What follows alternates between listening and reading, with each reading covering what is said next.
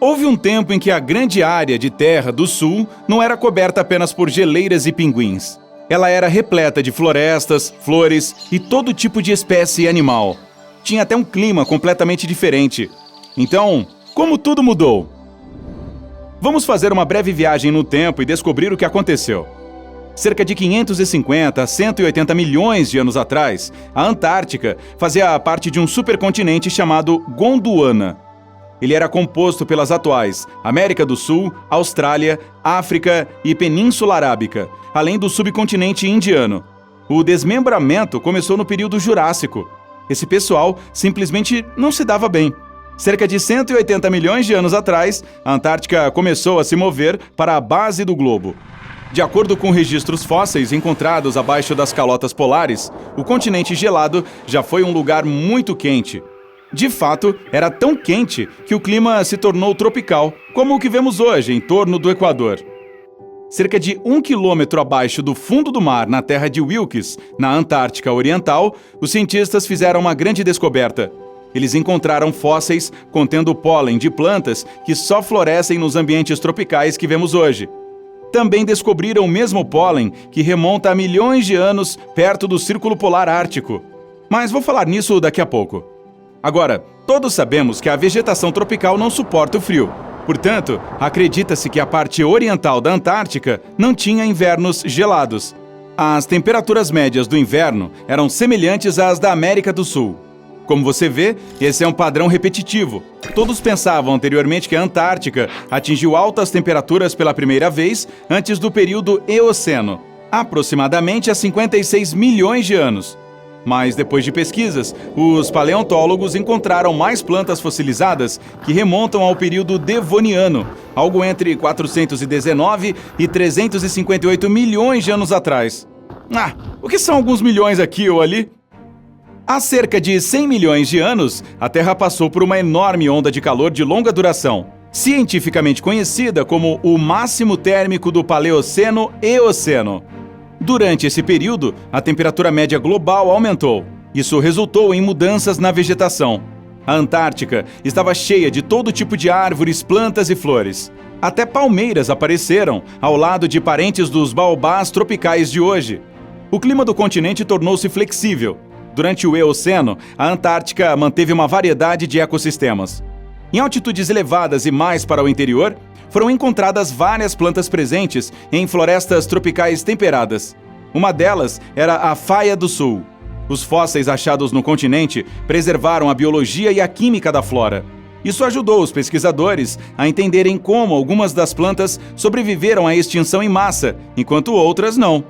No entanto, a vegetação não era a única coisa que se espalhava por todo o continente gelado. Na ilha Seymour, que fica na ponta da terra de Graham, na Península Antártica, os cientistas descobriram bolas de ninhos, uma estrutura única na qual besouros depositam seus ovos.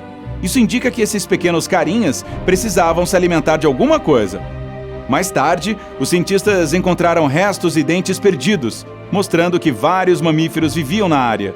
Alguns deles pertenciam ao mesmo tipo de marsupiais antigos, como o moderno gambá colo-colo, um pequeno comedor de insetos nativo da América do Sul. Outro tipo de marsupial foi o Antarctodolops. Ele foi o primeiro fóssil registrado, descoberto em 1984. Alguns o descrevem como um bicho parecido com um gambá. Então, um osso do pé do dedo foi encontrado, fazendo os cientistas acreditarem que um grupo de mamíferos chamado Xenarthros também vivia no continente. Essa família incluía as preguiças que temos hoje. Esses carinhas evoluíram pela primeira vez na América do Sul, assim como os descendentes de um mamífero de casco encontrado na Antártica, chamados Notiolohphus.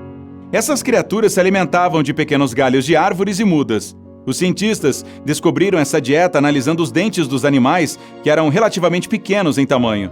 Quando investigaram mais os fósseis, descobriram que havia dois tipos de Notiolohphus, os Notiolohphus archinotiensis e os Notiolohphus regeroi. Espero que você esteja prestando atenção. É a última vez que digo esses nomes em latim. O primeiro pesava pouco menos de 230 quilos, talvez 229, enquanto o outro tinha apenas 60 quilos. Devido à diferença de tamanho, acredita-se que os dois mamíferos pudessem ser especialistas. Isso significa que se alimentavam de diferentes tipos de plantas para evitar competir por alimentos. Outra criatura com cascos que entrou na Antártida Ocidental da América do Sul durante o período Eoceno inicial foi o Antarctodon. Ele pertencia a um grupo incomum de mamíferos agora extintos. Vivia no que conhecemos hoje como Ilha Seymour. Apenas dentes fossilizados desses carinhas foram encontrados, mas esqueletos um tanto completos de outros mamíferos dessa família mostraram que eles se pareciam com as antas. Algumas dessas espécies também tinham dentes caninos afiados. Elas conseguiam se alimentar de nozes e plantas macias. Especula-se que algumas delas poderiam ser semiaquáticas, como lontras e castores. Mas o registro fóssil na Antártica é acidentado. Não é tão completo quanto os de outros continentes. Alguns dos ossos encontrados são fragmentados ou isolados. O bom é que os fósseis, ainda por serem descobertos, estão bem preservados sob as geleiras. A existência dessas criaturas durante o período Eoceno mostra que a Antártica era um ótimo habitat para mamíferos terrestres. Então, como a vegetação tropical se tornou um ambiente congelado e hostil? Pelos preços dos imóveis? Os cientistas ainda estão tentando entender a escala de tempo de quando as coisas mudaram. Desde que esses animais coexistiram, as mudanças começaram a acontecer lentamente. Os estudiosos acreditam que, aproximadamente 56 milhões de anos atrás, a América do Sul começou a se separar. 16 milhões de anos depois, a Austrália e a Antártica iniciaram sua separação no mar. Entre 36 e 23 milhões de anos atrás, outro canal natural surgiu, a passagem de Drake. Isso também prova que a deriva continental aconteceu gradualmente. A Antártica era uma ponte terrestre entre a Austrália e a América do Sul.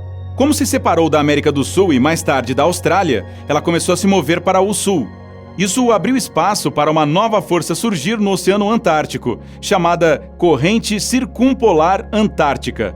Ela flui no sentido horário, do oeste para o leste, e é considerada a corrente mais poderosa do mundo até hoje. Ela carrega entre 165 e 182 milhões de metros cúbicos de água a cada segundo. Como não há terra para bloqueá-la, e devido à maneira como flui, essa corrente impede que as águas quentes cheguem à Antártica. A corrente também leva água fria do fundo do oceano para a superfície. Isso resultou em uma queda de temperatura no continente isolado. Não há evidências suficientes para mostrar uma conexão entre a ascensão das geleiras de gelo na Antártica Antiga e essa corrente. Porém, os climatologistas acreditam que ela tenha entre 41 e 23 milhões de anos. No final do Eoceno e no início do período Oligoceno, o resfriamento global começou a ocorrer. As temperaturas caíram nas altas latitudes no Círculo Polar Ártico e na Antártica. Os níveis de dióxido de carbono na atmosfera da Terra caíram significativamente. Segundo o professor Stephen Packer, há aproximadamente 55 milhões de anos, havia mais de 1000 partes por milhão de dióxido de carbono na atmosfera da Terra. Durante esse período, as altas temperaturas no planeta derreteram todas as calotas polares. Isso fez com que o nível do mar subisse cerca de 60 metros a mais do que o atual. Os cientistas estavam tentando descobrir por que nossa atmosfera passou por flutuações tão imprevistas nos níveis de CO2. Alguns teóricos sugerem que, durante certos períodos, as placas tectônicas se moviam e acionavam rochas ricas em carbonato e outros restos para liberar dióxido de carbono. Isso fez o ar esquentar e as calotas de gelo derreteram. Mas então, o ciclo continuou. 34 milhões de anos atrás, os níveis caíram de 1000 para 760 partes por milhão. 14 milhões de anos depois, caíram para abaixo de 300. O dióxido de carbono foi absorvido através de processos naturais que contribuíram para o efeito de resfriamento global. Ao longo dos tempos geológicos, as pressões atmosféricas e os níveis de dióxido de carbono eram associados. Quando o primeiro sobe, o segundo acompanha. As geleiras na Antártica começaram a se formar a partir de 36 milhões e meio de anos atrás. Elas começaram a se espalhar pelo continente e a vegetação começou a desaparecer. Mas veja que interessante. De acordo com um estudo fóssil que examinou amostras de plantas da área, os cientistas descobriram que a variedade de plantas diminuiu 47%. Isso começou no final da época do Paleoceno, 58 milhões de anos atrás, e foi até o período Eoceno Médio, há 40 milhões de anos. As plantas tropicais foram lentamente substituídas por florestas temperadas cheias de árvores de faias do sul. As últimas desapareceram há 2,5 milhões de anos. Hoje, a Antártica é um continente deserto. As coisas mais próximas da flora que existem são os musgos e as algas e os líquens. Enquanto a Antártica se tornou uma área isolada sem muita vida, a Austrália e a América do Sul prosperaram. Uma coisa que essas terras tinham em comum eram os marsupiais. Na Austrália, eles se multiplicaram. Alguns deles eram cangurus, o agora extinto lobo da Tasmânia e os wallabies. Registros fósseis mostram que os cangurus datam de 20 milhões de anos atrás, mas eles não pulavam e, em princípio, se seguravam nos galhos das árvores. Novas evidências de DNA mostram que o marsupial mais antigo viveu na América do Sul de 70 a 80 milhões de anos atrás. Acredita-se que ele migrou da América do Sul até a Antártica e cruzou a Austrália, enquanto essas terras eram conectadas. É assim que existem semelhanças entre espécies nos dois continentes, mas é claro que elas evoluíram de maneira diferente em seus novos habitats. Ei, se aprendeu algo novo hoje, curta este vídeo e o compartilhe com um amigo. E aqui estão alguns outros vídeos legais que eu acho que você vai aproveitar.